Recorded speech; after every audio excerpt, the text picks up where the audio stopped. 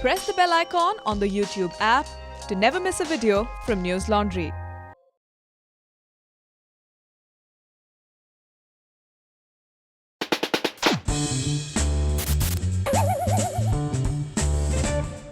There's news, there's sense, and there's nuisance. This show is all about that last bit. Every week we think and plan. No more TV news bashing. This episode we'll say something nice, talk about good reporting happening across channels, and fill you guys with some hope in these sad old corona times. And then Arnab happens. Migrant crisis. Maharashtra migrant distress. They tried this migrant angle in Delhi first. They got exposed. Now they are back. And then they say people appeal to migrants. Migrants have nowhere to work. This was not a migrant group. I mean, he leaves us with no choice. This man is sitting in Mumbai, and when one of the biggest stories of corona breaks in his city, what does he do? He doesn't step out of his studio to find the truth. He doesn't inform his viewers what happened. Instead, he peddles conspiracy theories. That what happened in Mumbai's Bandra last evening was part of a gigantic pre-planned conspiracy. They were not migrant workers there. They were all actors who were brought in. Here's what happened. Around 2,000 migrant workers gathered at Bandra station on April 14th, demanding a way back home. Most of these migrants were from UP, Bihar and West Bengal. This happened a few hours after PM Modi announced that the national lockdown would extend till May 3rd. News anchors, of course, smelt a conspiracy in this migrant gathering. Someone is engineering this. In a city that is already groaning under the weight of positive coronavirus numbers, who engineered this riot-like situation? Who engineered it? And I'm saying this with full responsibility, Shazia Ilmi, this was engineered. This was not spontaneous. Who engineered this mob? Who? It's not like I'm a journalist who can find the truth. I mean, why bother with actual reporting when I can just sit at home, stare at the screen, fake seriousness and just keep staring and host a Sasmo serial instead of a news show. Bandra से ऐसी कौन सी train है 4 बजने के बाद? It's like all news channels were reading out of a script handed over to them by Big Boss. बहुत से लोग पूछ रहे हैं कि अगर ये सब घर जाने के लिए निकले थे तो इनके पास सामान क्यों नहीं था? अब ऐसा कैसे हो सकता है कि वो वहां पहुंचे लेकिन अपना सामान लेकर नहीं पहुंचे हैं? क्या लॉकडाउन में देश के खिलाफ कोई बड़ी साजिश रची जा रही है? मुंबई का बांद्रा स्टेशन हंगामा क्या इसी साजिश का नतीजा था? क्या बांद्रा की भीड़ को किसी साजिश के तहत इकट्ठा किया गया था? This is a conspiracy. There is a plot here. There is a definite design. आप भी पूछेंगे इतने लोग यहाँ कैसे पहुंचे? इन्हें किसने बुलाया? ये कौन थे? अगर इसके पीछे कोई साजिश थी, कोई प्लानिंग थी, तो इंटेलिजेंस क्या कर रही थी? It's almost certain now that these individuals were coaxed, coached into coming out there to violate the lockdown. Was this organic or was this organized? कौन उकसा रहा है और क्या षड्यंत्र है, क्या कॉन्स्पिरेसी है? No luggage in the hands of the migrant laborers. The station they came to have really hardly any trains going to Bihar and Uttar Pradesh. So where are they coming from? And what is the conspiracy? Isn't that the most basic question to ask at this point in time? The best bit was ABP News anchor sitting in Delhi and wondering, कौन कर रहा है ये साजिश? अब सवाल ये भीड़ यहाँ क्यों आई और कौन इसे लाया? Meanwhile, their reporter has been arrested in Mumbai for reporting that trains have begun operating for migrants to go back home. It's being alleged by the Mumbai police that the crowd could have gathered outside the Bandra station because of such reports. We'll get back to this in a bit. Filhal, news anchors और साजिश. वो conspiracy ही क्या जिसमें हिंदू मुस्लिम ना हो. Enter मस्जिद. मुंबई के बांद्रा में एक मस्जिद के सामने बहुत बड़ी संख्या में अचानक लोग एकत्रित हो गए. Okay, the migrants had not gathered outside the masjid. They had gathered outside the Bandra station. The masjid happened to be around the area. The masjid had a loudspeaker, so some of the community elders borrowed a mic from there to speak to people to ask them to go back home and not crowd. So मस्जिद के सामने लोगों को वापस जाने को बोला जा रहा था. This was clear as daylight if you watched the video of the man speaking in the loudspeaker. But not for News Nation. बताया जा रहा है कि कुछ लोग भड़काऊ बातें कह रहे थे जो कि मस्जिद के भीतर से बातें निकल कर आ रही थी।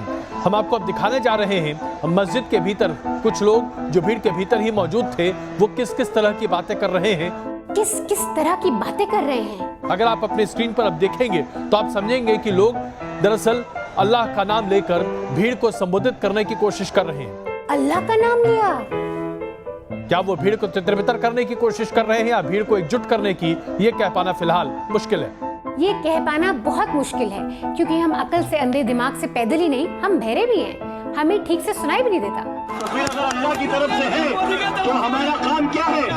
फिर तकलीफ उठा के थोड़ा सा हम लोग उसको स्ट्रॉन्ग रह के रास्ता निकालना है। हमको मालूम है माँ बाप उधर है, बाल बच्चे उधर है, सब है, लेकिन ये वक्त हर जगह पूरे इंडिया में, पूरे वर्ल्ड में हो रहा है। आज मस्जिद बंद करना पड़ी, चर्च बंद करना पड़ा, काबा मक्का शरीफ मक्का बंद, काबा की तरह हज नहीं होगा इस वक्त 1 साल, तो ये बड़ी बात नहीं है। The anchor himself then goes on to say this. तो हमने आपको दिखाया किस तरह से भीड़ को संबोधित किया जा रहा था, समझाने की कोशिश की जा रही थी कि आखिरकार भीड़ एकत्रित न हो और दरअसल जो हो रहा है वो सिर्फ हिंदुस्तान में नहीं बल्कि पूरी दुनिया भर में हो रहा है। भांग खाई है क्या? You understood that the man speaking was trying to urge people to go back home to their residence. तो पहले क्यों नहीं बोला? News Nation wasn't the only one dropping the M word. Again, it was like all channels were reading out of a script handed over to them by Big Boss. सवाल ये भी है कि आखिर ये भीड़ मस्जिद के पास ही क्यों इकट्ठा हुई? क्या कुछ स्थानीय लोगों ने इन लोगों को भड़काने की कोशिश की? क्या किसी खास वर्ग से ताल्लुक रखने वाले लोगों ने इस भीड़ को भड़काया था? आप पूछेंगे इतने सारे लोग कैसे पहुंच गए? इनमें से ज्यादातर लोग पश्चिम बंगाल के मालदा के मजदूर हैं जो मुंबई में काम करते हैं। इन्हें व्हाट्सएप मैसेज भेजकर ये बताया गया था कि आज शाम 4 बजे जामा मस्जिद के सामने इकट्ठे होना है। कि मुंबई के बांद्रा में मस्जिद के पास किसने भीड़ जुटाई? लॉकडाउन में हर भीड़ मस्जिद के पास ही क्यों जुटती है? क्या मस्जिद से लोगों को जमा होने के लिए उकसाया गया है? बड़ा सवाल। क्या मुस्लिम नेताओं ने भाषण देकर लोगों को उकसाया और यहाँ भीड़ इकट्ठा की? लोगों की भीड़ के लिए क्या जामा मस्जिद जिम्मेदार? Meanwhile, Arnab Goswami went, You went for return, man.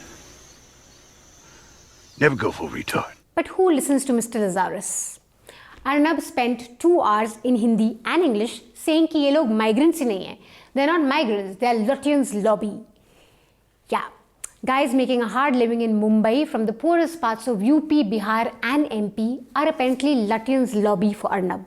Just watch these insane ravings of a man who once upon a time did something called news. There are fake news channels today. There is one anchor who comes at 9 o'clock on a channel who's been doing a discussion on how migrant crisis, migrant problem. Let's talk to migrant experts about what's happening to the migrants. ये गड़बड़ क्यों हुई फिरोज अहमद जी? और ये गड़बड़ जामा मस्जिद के सामने क्यों हुई? ये हमेशा ऐसी गड़बड़ें क्यों होती रहती है? That this could have been a well orchestrated, well planned, manipulated effort to create. मुझे लग रहा है कई लोग ऐसे हैं जो लॉकडाउन के खलनायक हैं, जो विलेन हैं, जो चाहते हैं कि गड़बड़ हो, वो चाहते हैं हिंसा हो। जिया जी, आप इस पर खुलकर बोलते क्यों नहीं है? एक जमाने में खुलकर बोलते थे आप, आजकल हो क्या गया आपको? पूछता है भारत। बांद्रा स्टेशन पर जो हजारों लोग आए वो मजदूर नहीं थे। वो कौन थे? वो किराए पर बुलाए गए एक्टर थे। You know, you people with your fake narrative. I'm talking about Bandra in Mumbai. Chill. ये तफरी करने वाले नायक थे जिसको दिल्ली की भाषा में बोला जाता है वेलापंदी। वेलापंदी यानी कि तफरी करने के लिए, जैसे लोग मेले पे जाते हैं ना घूमने, मौज करने, ये वेलापंती कर रहे थे, मौज कर रहे थे, मजे कर रहे थे। ये कोई मजदूर नहीं थे। Like I said, Arnab's studio is in Mumbai. I mean, we're told that every night. From the Mumbai studios of Republic TV, it's time for Arnab Goswami on the debate. His office is like 20 minutes from where the migrant laborers had gathered. So, he could have very well replaced his shouting matches with a proper ground report instead of shitting on migrants. Arnab, you yourself are a migrant in Mumbai from Assam. थोड़ी sympathy ही कर लेते migrant से और irony से. कितनी बार irony को लात मारोगे? Anyway, what Arnab couldn't do, we'll do. News Laundry reporter Pratik Goyal was on the ground. You can read his story on our website newslaundry.com, and we have him here on TV News to answer some questions. Welcome Pratik. Pratik, Arnab Goswami का ये कहना है कि ये लोग migrant labours थे ही नहीं, you were there on the ground, so please tell us सच क्या है। ये एरिया शास्त्री नगर स्लम का है और वहाँ पे बहुत सारे माइग्रेंट लेबर्स रहते हैं और ये जितने भी लोग वहाँ पे इकट्ठा हुए थे सारी माइग्रेंट लेबर्स हैं। ये वेस्ट बंगाल, बिहार, यूपी और उड़ीसा के माइग्रेंट लेबर्स थे मैक्सिमम इसमें। और ये अधिकतर ये डेली वेज लेबरर्स हैं जो कि कंस्ट्रक्शन साइट्स पे काम करते हैं। तो वो जो बोल रहे हैं कि वो माइग्रेंट लेबर नहीं है, तो वो बात बिल्कुल बेईमानी बात कर रहे हैं, मतलब झूठ बात है, वो ऐसी बात बिल्कुल नहीं है, वो माइग्रेंट लेबरर्स ही है। ओके, तो ये भीड़ कल के दिन वो बोल देंगे कि इंडिया कैपिटल दिल्ली नहीं है, तो वो मतलब थोड़ी ना मान दी जाएगी बात। ओके, तो अब आप हमें ये बताइए कि ये भीड़ बांद्रा स्टेशन के आगे कैसे इकट्ठा हुई और क्यों इकट्ठा हुई? देखिए, ये जो भीड़ है ये बांद्रा स्टेशन के उधर नहीं, ये बांद्रा बस डिपो है, ये वहां पे थे ये लोग। और ये जो इनका जो शास्त्री नगर का एरिया है, ये बेसिकली वहां पे एक ओल्ड स्लॉटर हाउस कंपाउंड एक इलाका है, वो उसमें आता है ये। और ये बिल्कुल सटा हुआ है बांद्रा बस डिपो से, तो वहां पे ना ही कोई ऐसे बैरियर्स हैं ना ही कुछ, तो वो लोग वहां पे इकट्ठे होते चले गए। और मतलब किसी ने भी उनको किसी ने ऐसा बोला नहीं था कि आप मतलब कोई व्हाट्सएप मैसेज या कोई न्यूज रिपोर्ट या मतलब उसके जरिए वहां पे इकट्ठे नहीं होते, लेकिन ये बिल्कुल लगा हुआ है, इसलिए वहां पे वो लोग आते चले गए। और वो इसलिए कि भाई मतलब कुछ लोग का मतलब आपस में बातचीत वो कर रहे थे कि भाई सब इकट्ठा होंगे तो मतलब हमारी बात रख सकेंगे गाड़ी चालू करने की, तो वो वर्ड ऑफ माउथ ऐसा घूमते घूमते एक दूसरे के पीछे वो बहुत सारे लोग वहां पे आते चले गए। तो basically they wanted to go home. हाँ, कि बोले। और वहां पे एक्चुअली वहां के जो डीसीपी वहां के जो हैं जोन नंबर 9 के, उन्होंने भी ये बात बताई है कि मतलब क्या हुआ था जब वो वहां पुलिस थी, तो वहां पे करीबन मुश्किल से 100-150 लोग थे, तो वो उनके ग्रीवेंसेस सुनने लगे थे। तो जब उनसे वो उनकी बातें कर रहे थे, तो उनको देख के और भी लोग वहां से जुड़ते चले गए, आते गए। एक उन्होंने बोला कि इसका ये एक एक्सपेक्ट ये भी है। और ये लोग बेहद परेशान इसलिए थे क्योंकि मतलब बहुत बुरी हालात में रहते हैं ये लोग। एक रूम में मतलब मुश्किल से 200-300 स्क्वायर फीट के रूम में 12-12, 10-10 लोग रह रहे हैं। टीन की मतलब चद्दर की छत है उनकी, और गर्मी है बहुत ज्यादा। खाने पीने का इंतजाम? खाने पीने का देखिए कैसा है कि गवर्नमेंट की तरफ से तो कोई इंतजामात नहीं है वहां पे। वही जो एनजीओज हैं या सोशल वर्कर्स हैं वो उनको मतलब बेसिकली डेली एक उनको चावल का एक मतलब जो पुलाव बोल लीजिए या कुछ वेजिटेबल, ये सब इस तरीके का हर रोज चावल ही मिलता है उनको। ओके। तो वो कभी कुछ लोग को 2 समय का मिलता है, कभी कुछ लोग इलाके ऐसे हैं जहाँ पे एक ही बार मिलता है शाम को। ओके, मस्जिद का क्या एंगल है? बहुत सारी न्यूज रिपोर्ट्स आई हैं जिसमें न्यूज एंकर्स बोल रहे हैं कि भीड़ मस्जिद के बाहर हुई और शायद मस्जिद से उनको उकसाया गया। मतलब बहुत ही निहायत ही बकवास बात है ये। मस्जिद का एंगल उसमें ये है कि बांद्रा बस डिपो से ही लग के वो मस्जिद है। अब हुआ ये था, जब वहां पे इतनी भीड़ इकट्ठी हो गई तो पुलिस की जो गाड़ियों के पास जो उनके मेगाफोन्स होते हैं, उनसे वो अपनी बात उनको पहुंचा नहीं पा रहे थे, मतलब उनकी आवाज नहीं जा रही थी। तो उन्होंने मस्जिद में रिक्वेस्ट किया कि हम मस्जिद से अनाउंसमेंट करेंगे। और फिर मस्जिद से वहां के जो एडिशनल सीपी थे मनोज शर्मा, उन्होंने अनाउंसमेंट किया। वहां के डीसीपी थे उन्होंने अनाउंसमेंट किया। वहां के जो इमाम थे उनसे भी उन्होंने अनाउंसमेंट करवाया कि भाई आप लोग इस तरीके से ऐसे इकट्ठे मत हुई, ये बीमारी बहुत खतरनाक है। ओके। और जो लोग कह रहे हैं कि उन्होंने सूटकेसेस नहीं, उनके हाथ में सामान नहीं था, सूटकेस नहीं था, वो इसलिए था क्योंकि वो लोग घर वापस नहीं जा रहे थे। वो लोग वहां इसलिए इकट्ठे हुए थे क्योंकि वो अपनी बात बताना चाह रहे थे अथॉरिटीज को। तो इस वजह से उनके पास सवाल ही नहीं उठता कि उनके हाथ में सूटकेस होगा या उनके हाथ में बैग होगा, वो जा ही नहीं रहे थे घर पे। और लास्ट क्वेश्चन जो हम आपसे पूछना चाहते हैं वो ये है, एबीपी न्यूज का एंगल। एबीपी के एक रिपोर्टर को अरेस्ट कर दिया है, तो ये हमें बताइए कि एबीपी के रिपोर्टर ने क्या बोला और कितना हम उनको ब्लेम करना सही रहेगा नहीं रहेगा, उनके अगेंस्ट एफआईआर के बारे में आप बता दीजिए। देखिए, एबीपी ने जो ये न्यूज की थी, मतलब उनका कहना है कि भाई ये मतलब 14 तारीख को 9 बजे उन्होंने उनका वो जो मतलब ये उनके न्यूज चैनल पे ये ब्रॉडकास्ट हुआ था ये न्यूज। तो उसमें एंकर बोल रहे हैं कि भाई इस तरीके से अब ये जो स्टैंडर्ड लेबरर्स हैं इनको घर पहुंचाने के लिए ट्रेन शुरू हो जाएंगी। उसके बाद जो रिपोर्टर से बात करती है, तो रिपोर्टर एक डॉक्यूमेंट है जो साउथ सेंट्रल रेलवे का है, उसके बेसिस पे वो बताते हैं कि जो एक प्रपोजल है और उसको उसके हिसाब से इस तरीके की स्पेशल ट्रेन, जनसाधारण स्पेशल ट्रेन शुरू करने की बात है उस प्रपोजल में।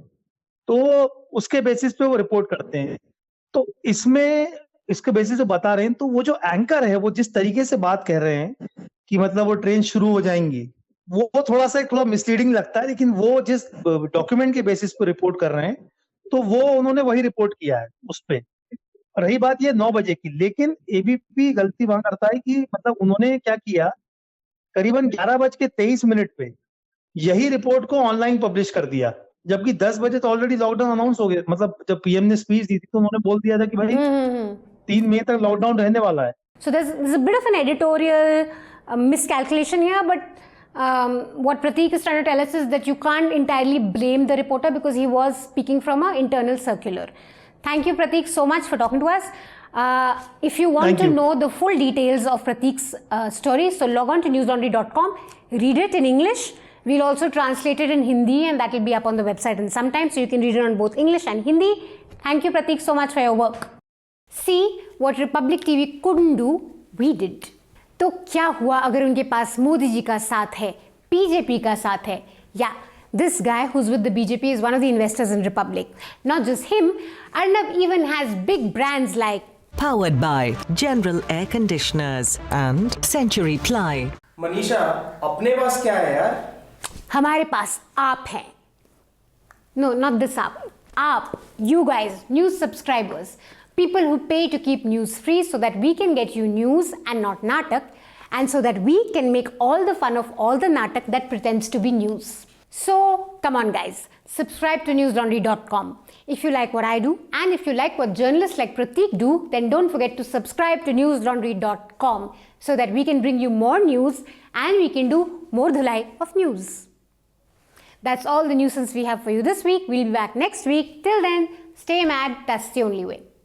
Thank you everyone for watching this episode. If you liked it, don't forget to like our YouTube channel. It's very important. Please like our YouTube channel and please send this video to your friends, families, lovers, girlfriend, boyfriends, dada dadis, everyone in your family, and make them watch it. And after making them watch it, please ask them to like our video and subscribe to our YouTube channel. Please subscribe to our YouTube channel. We really need the numbers. Thank you.